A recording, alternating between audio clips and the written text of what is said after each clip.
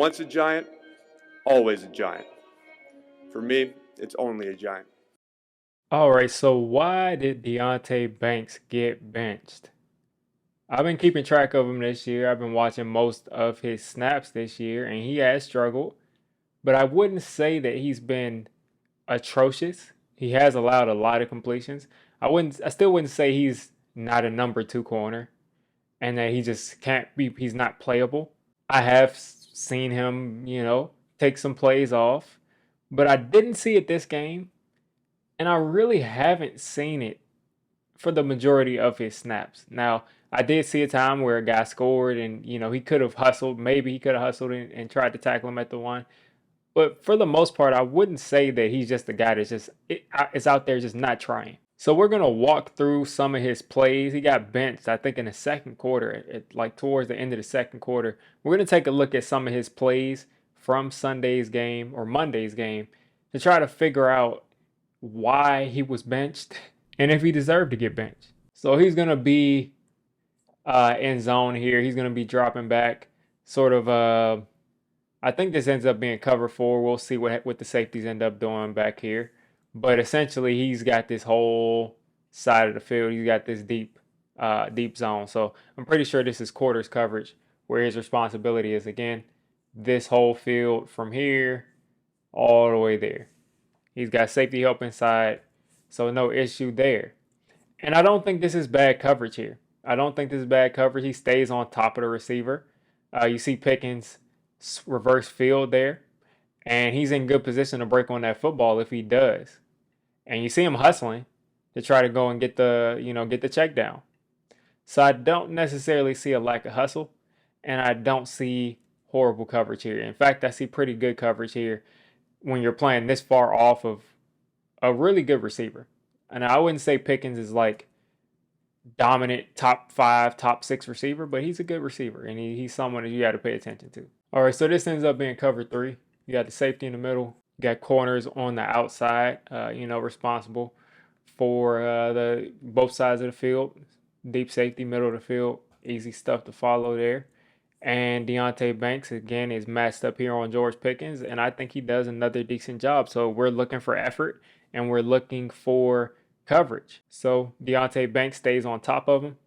Now the ball ends up getting completed, but Deonte Banks doesn't see that, and he ends up getting completed. But when you look at the actual coverage, he's on top of the receiver the whole time. He's on top of the receiver the whole time. He's level with him. He's able to turn and run. And that is, all you can ask in a cover three situation when you got a receiver basically running a deep outside post or a go route. I don't see anything wrong with this coverage, and I wouldn't say that there's no effort here. And honestly, it's good cornerback play. So this right here is off man, again, on their number one receiver. And again, Deonte Banks, I don't think looks bad here. He's playing literally what? Let's count 1, 2, 3, 4, 5, 6, 7, 8, 9, 10. About 10 yards off of George Pickens. So he's instantly in an issue because George Pickens can run a stop route right here. Stop and look at the quarterback right there and catch that ball and be a target, for the quarterback and get some yak there. He can run a go route, so run through Deonte Banks, try to get behind him. He can run to the sticks and stop. The whole route tree is open here. When you're this far off, you're worried about a guy running to the sticks and stopping, but Deonte Banks is at the sticks. So that's something he's not as worried about, and he's got to be able to come up and make the tackle. Also, Pickens can run a slant, and you got a lot of traffic over here. So these guys could be running fades. He could be running a slant, and this could be a pick play. So essentially, this route can go anywhere, but it ends up just being a go route. And Deonte Banks does a good job. But first off, I'll let it play. But first, we're going to take a look at how he does not instantly give up that ground at a first down. And he just stays with them. Just stays with them. Nothing flashy right here. It's just a go route, but he's there. No safety help. He's there. Over top of the receiver, as you should be as a corner. And there's nothing wrong with it. And he can't tell that the pass has been completed, and he's still over top of the corner. Over top of George Pickens. All right, so this time, I think Russ ended up missing an opportunity to score a touchdown, but essentially you got Deonte Banks doing his job here. He doesn't look lazy. He's dropping back into coverage. He has this whole section of the field, so he's covering if Pickens is running his fade, if he's running, an out. This is everything on that side of the field is his responsibility. So it's not man coverage, it's zone. And take a look at what happens here. Number 3, Deonte Banks is going to drop back. And some people are saying, why is he dropping back like that? He needs to be paying attention to this guy. Well, guess what? This is why he's dropping back. Because I saw people pointing this play out, saying that, he's covering nobody, and that's why they're saying that.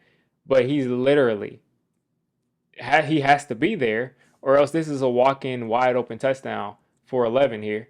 And he just stays there and waits for it, takes that away. He literally is in position if Russ tries to throw it to 11 early to undercut this route. And he just stays there and makes Russ have to hold on to the ball. And I would say that this was a good rep. I don't think this is a bad rep. Again, this isn't an exceptional rep. It's not like he was able to cut this off sooner and drop back over there. But this is a good rep. Disciplined. I don't see a lack of effort. He's there. And you get an incomplete pass. So right here, Deonte Banks is going to be the man that needs to make the tackle on Najee Harris. He's going to have to be able to make this tackle, because if not, Najee Harris is going to have a pretty big run, and he's not able to make the tackle. So Deonte Banks, I think over his career, has been a good tackler. I think he's kind of been underrated as a tackler, because some people just say he's a horrible tackler, and he has missed a lot this year. But I would say last year and the beginning of this year, he was a really solid tackler. And I think I have it on tape if you go back and watch my past Deonte Banks videos. But essentially, you got Najee Harris, he's one-on-one. And he does what 99.9% of corners in the league are going to do when they're outmatched, is you're going to try to take out the legs. That's why he hurdled, because corners do it all the time. So to say that this is a lack of effort is mind-boggling to me. It's mind-boggling to me. The guy just made a nice play. He timed it perfectly, but he's got his head in there to make that tackle. Look at him. I mean, if it was just a half-hearted shoulder throw, he'd probably still be on his feet. But he ends up on the ground. I mean, he hit the ground pretty hard. So to say this is a lack of effort, would you want him to not get hurdled? Sure. But to say it's a lack of effort and it's just unplayable because a cornerback got hurdled by a running back, I mean, what cornerback has never been hurdled by a running back in the NFL? All right, so you got Deonte Banks here. And again, I'm a big proponent I'm saying I don't like him in off coverage.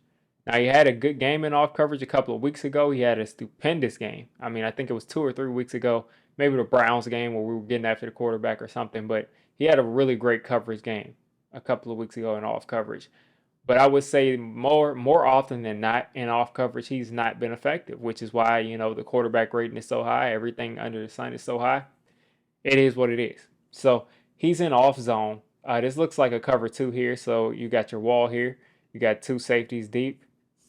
It looks like they're also, going to carry this pretty deep. So probably as a cover 2 with, cover 4 kind of principles, which isn't crazy. If you got some open space over here and there's nobody underneath, sometimes you're going to sag a little bit further.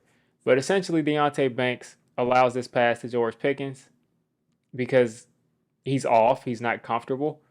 And this is very difficult in off coverage. When you're in off coverage and you're in zone especially, you have to be cognizant of multiple routes. So who knows what this route combination is going to be. This guy could be running a short route and stopping here. Pickens could be running an out route there. Pickens could be running a go, and he could be a possible guy that you can hit right here. Who knows what the route combination could be. So nice route combination here. And like I said, he ended up running that stop route. Pickens runs the out. And he's got to make the tackle. That's the problem here. You got to make that tackle. Got to make the tackle. So this is his second missed tackle in the game. Pickens is able to break that tackle, but Deonte Banks, bad angle. He's got to be able to get square, kind of, relax. Just get square. And if he does get some more yardage, you're not going to be shaken out of the camera. You're going to be able to at least get hands on him. So get a little bit more square and try to wrap up there. So he just misses a tackle. But again, this is something that happens. So this is the only part that I can look at where I can say, he got back up. Maybe he didn't run quick enough, but essentially, I mean, he got up and immediately had to jump over a guy and he's out of bounds. So do you want him to just dive and get a penalty out of bounds? Do you want, I don't know what you're looking for here. So here, this isn't in chronological order. This is earlier in the game, and Deonte Banks and Tyler Nubin are right around the same area. They both crashed down here. So possibly Tyler Nubin or Deonte Banks made a mistake. I would probably think it's Tyler Nubin from watching his tape this year. I think he'll be a good player, but he's had some mental errors this year that have caused some breakdowns in the secondary. But let's just say it's Deonte Banks, and there's a busted coverage there. They both crashed down there, and you got a missed throw from Russell Wilson. So that's unfortunate there for the Steelers. But looking at this with Deonte Banks already lined up outside, you would think that this is probably his responsibility to drop back here and take away any route that's going to this back corner of the end zone. But he crashes down. And, luckily because of a bad throw and just a miscommunication, he doesn't end up being the reason that a touchdown was given up. But if this was his assignment, he didn't take advantage of it. He didn't do a good job covering. And this is, I think, in the first quarter on their first drive. All right, so you got Deonte Banks here in the red zone again.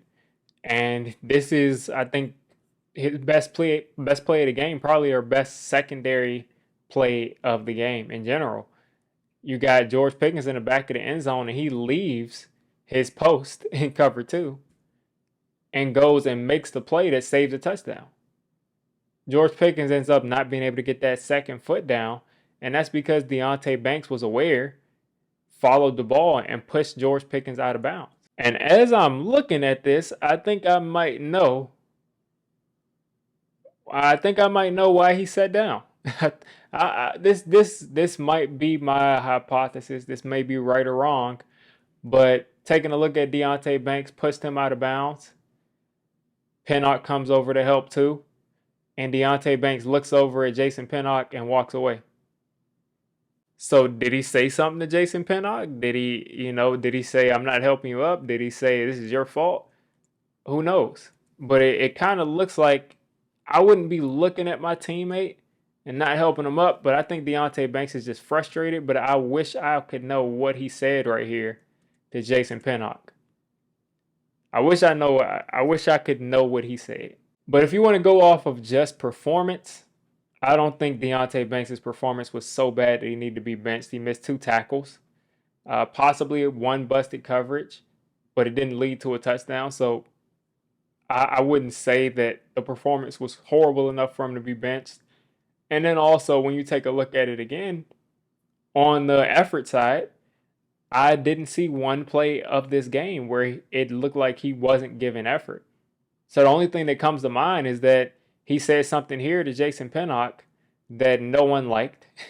And because of that, he sat down because this was his last play of the game. So I'm guessing he either didn't help Pinnock up or said something to him that ended up getting him benched.